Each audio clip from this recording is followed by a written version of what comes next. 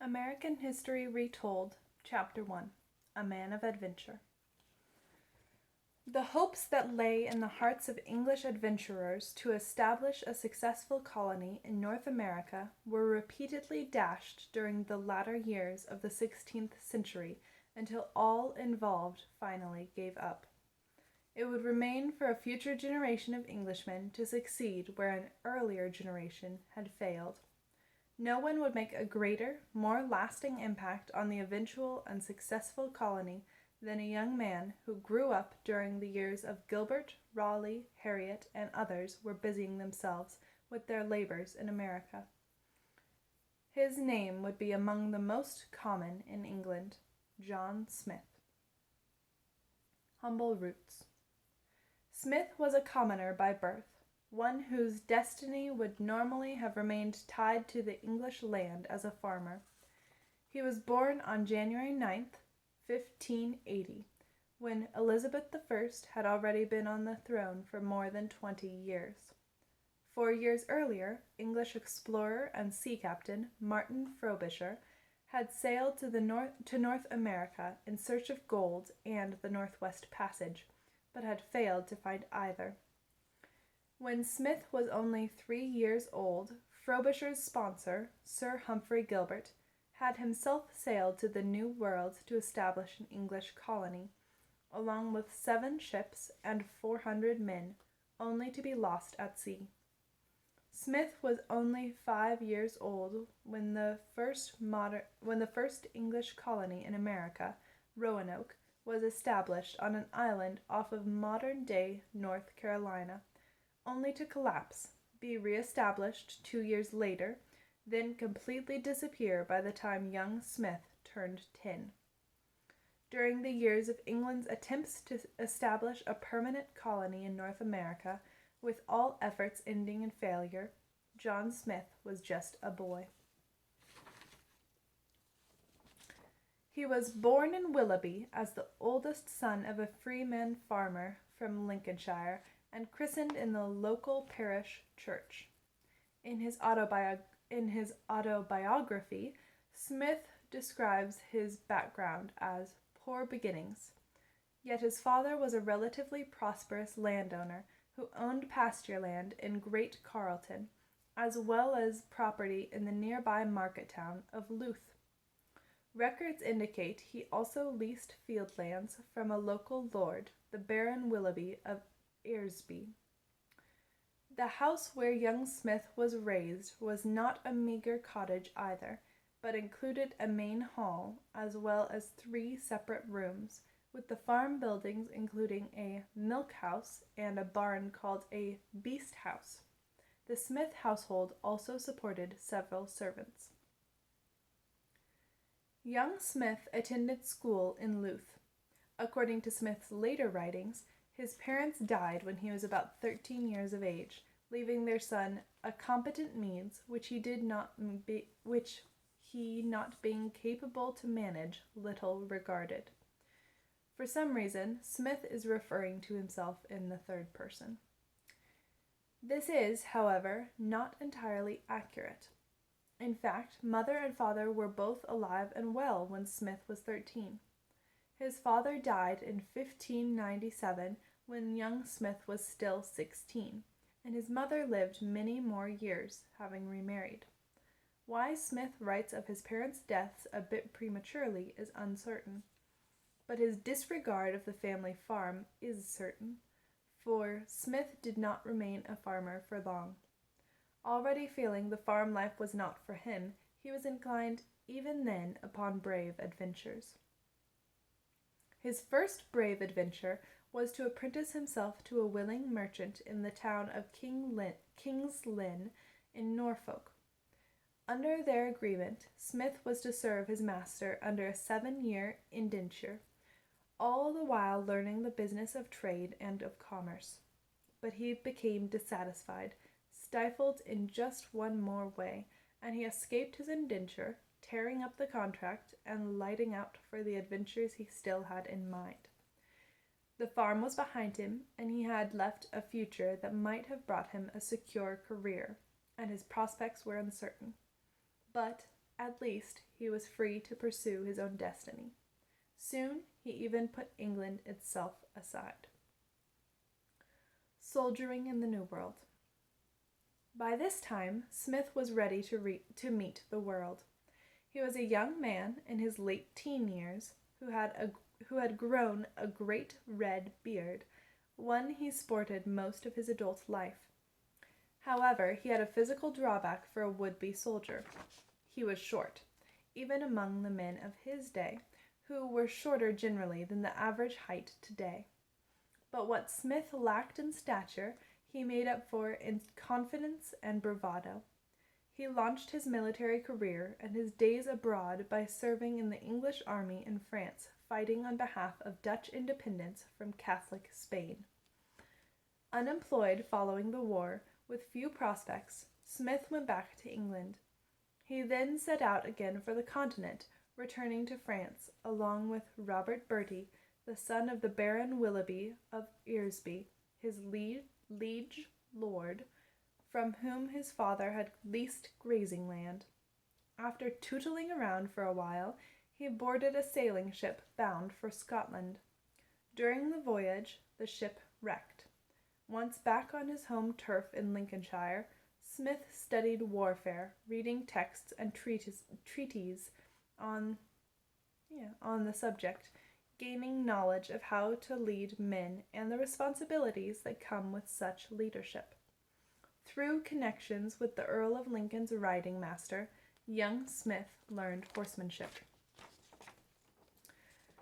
Otherwise, young Smith immersed himself from time to time in the writings of military affairs.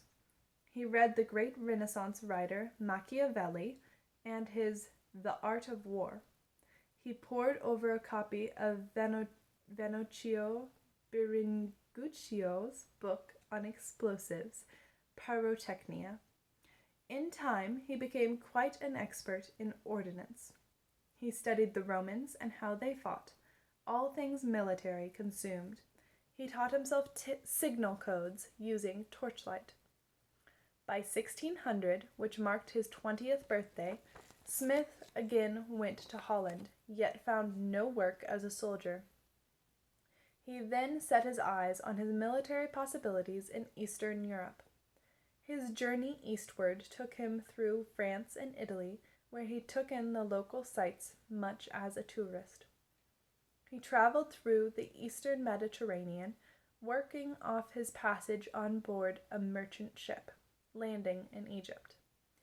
Finally, Smith reached Vienna, where he ended up hiring himself out to the Holy Roman Emperor Rudolph II, whose Catholic empire was in conflict with the Ottoman Empire of the Turks, who were threatening Central and Eastern Europe. It would become known as the Long War.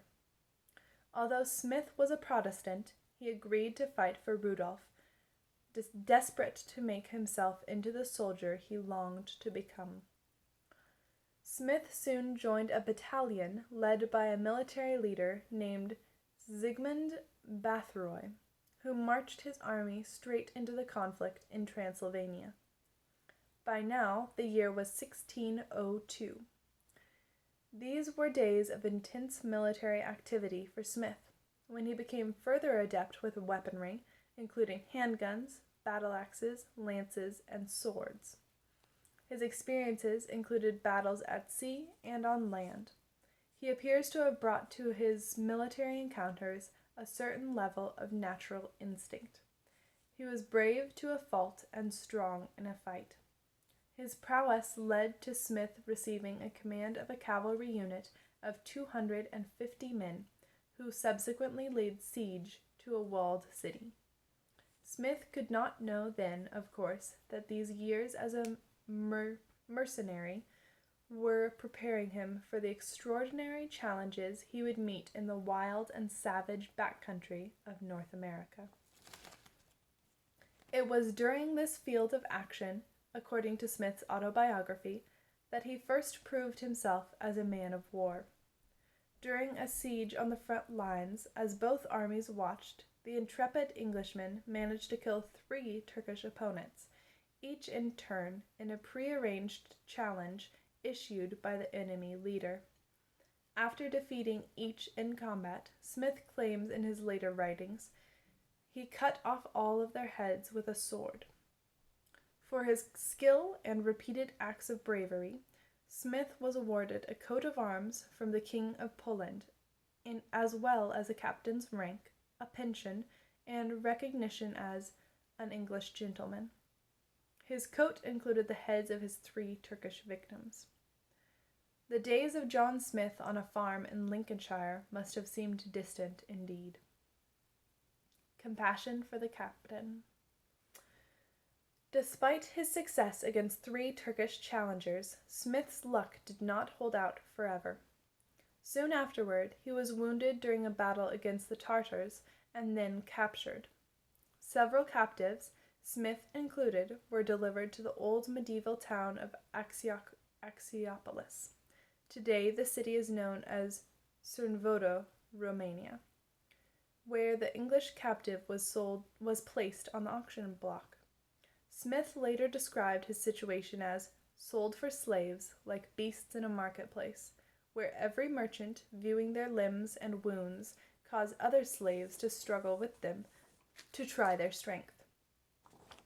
Smith's wounds did not keep him from being purchased by a slaver who represented a client. Soon the captured mercenary found himself in the ancient city of Constantinople.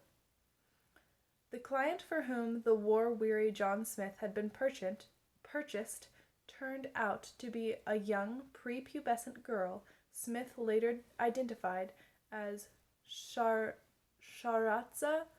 Tragabigzanda, the daughter of a Greek noblewoman, whom Smith describes as extremely attractive. While she appears to have taken much compassion on him, the girl decided she could not keep Smith around as a temptation. She decided to send him on for her brother to keep until time made her master of herself, wrote Smith. The young captain soon fell into miserable circumstances. The brother, a military commander, who was stationed close to the Black Sea, upon Smith's immediate arrival, set about making certain the captured soldier would not prove to be a problem. He ordered one of his servants to strip Smith of his clothes, then shave his head and burgeoning red beard. Smith was then fitted with a great ring of iron, with a long stalk bowed like a sickle, riveted about his neck. The great warrior, who had defeated 3 Turks in a busy day of battling and beheading, was reduced to nothing more than an abused slave, one far from friends and home.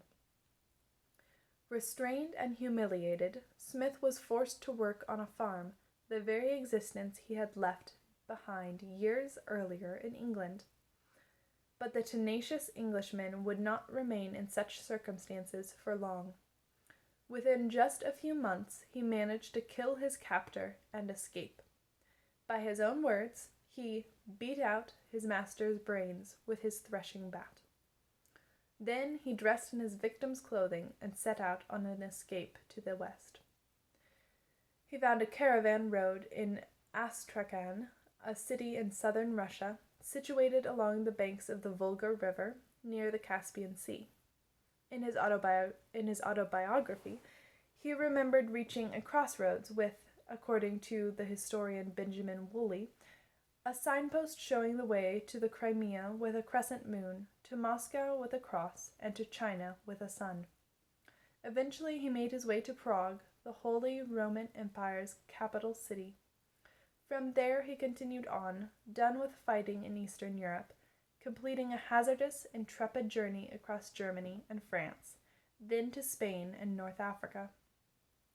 Along the Barbary coast of Morocco, he encountered French pirates who agreed to take him on as a crewman.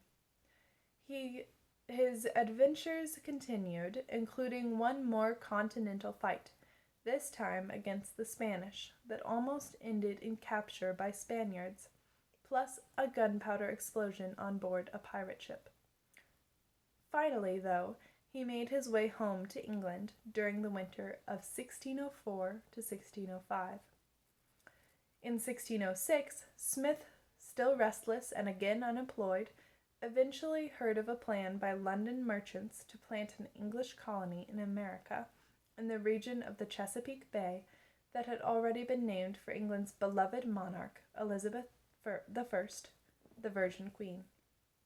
Elizabeth had died in 1603 while Smith was fighting his way across Eastern Europe. A new monarch, James I, who was also the King of Scotland, had ascended to the throne. While in London, he had made himself conspicuous, telling his tales of his military adventures and extraordinary experiences. He had heard of Virginia even before hearing of the planned colonizing effort.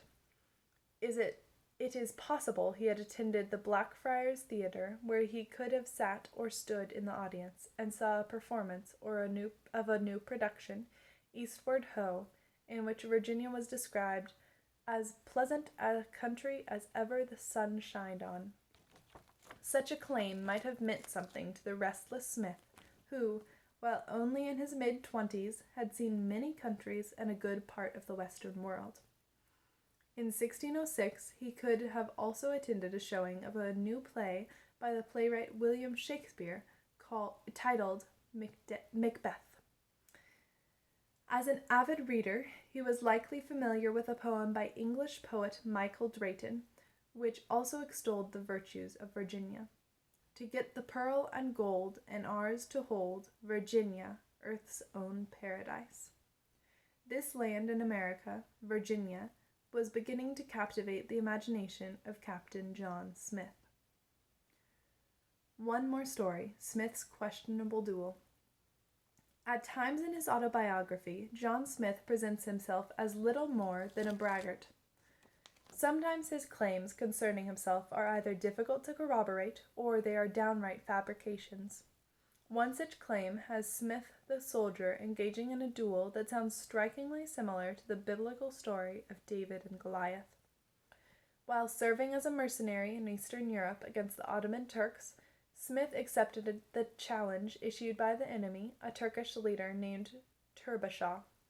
The Turkish commander suggested to Smith's commander that he send the best fighter out to engage his best soldier and fight a duel to the death. Smith soon engaged his Turkish opponent. Rather than throw a stone from a sling like the biblical David, Smith and his opponent mounted horses and rode toward one another, each lowering a wooden lance at the other. When the two men came into contact range, Smith managed to pierce his enemy with his lance. The soldier fell backward off his horse, dead. The tough English mercenary then dismounted his steed, pulling out his sword, and proceeded to cut off his enemy's head, which he then presented to his commander, who, according to historian Bradford Smith, kindly accepted it. Smith then proceeded to engage two other Turkish challengers and managed to beat each one, beheading them both. Despite Smith's claims, history is uncertain whether he actually killed 3 Turkish challengers in 3 back-to-back encounters. Nevertheless, when he finally returned from his Eastern European exploits in England in 1604, he had gathered for himself enough of a reputation as an experienced soldier for the Virginia Company to hire him on as their military leader.